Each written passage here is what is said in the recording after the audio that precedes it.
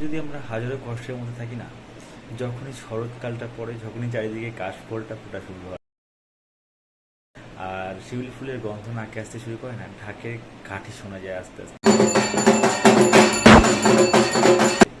তখন না মনটা আলাদাই একটা খুশিতে মেতে ওঠে। আমাদের প্রত্যেক বাঙালির এটা অবশ্যই হয়, দেখবেন।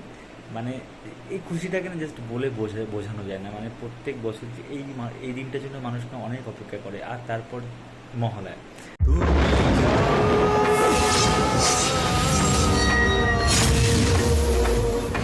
মানে এরা তো একটা আলাদা আবেগ মানুষের, বাঙালি।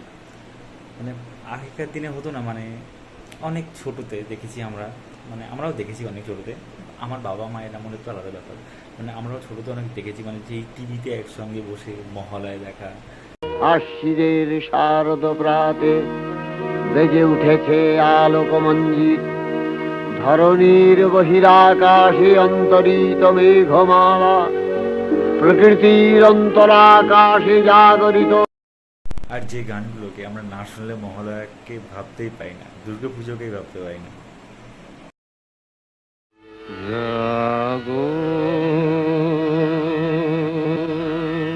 মানে মহালয়ার ব্যাপারটা আসা মানে তো পুজোটা ব্যাস আরও এসে গেছে কাছে, এরকম ব্যাপার। মানে বলে বোঝানো যাবে না ওটা। আর এখন নতুন যে হালি করে, মানে টিভিতে বিভিন্ন চ্যানেলে আছে যারা মহালয়ার প্রোমোগুলো মানে শেয়ার করে বা মহালয়ার প্রোমোগুলো দেখায় কিছুদিন পুরো পূজার 1-1.5 মাস আগে থেকে। বাট তখনও না একটা আলাদা আমেজ চলে আসে, তো সেটাকেই দেখাবো। ঠিক আছে, নিউ একটা প্রোমো রিলিজ হলো স্টার জলসায় মহালয়ার, তো চল দেখা যায়।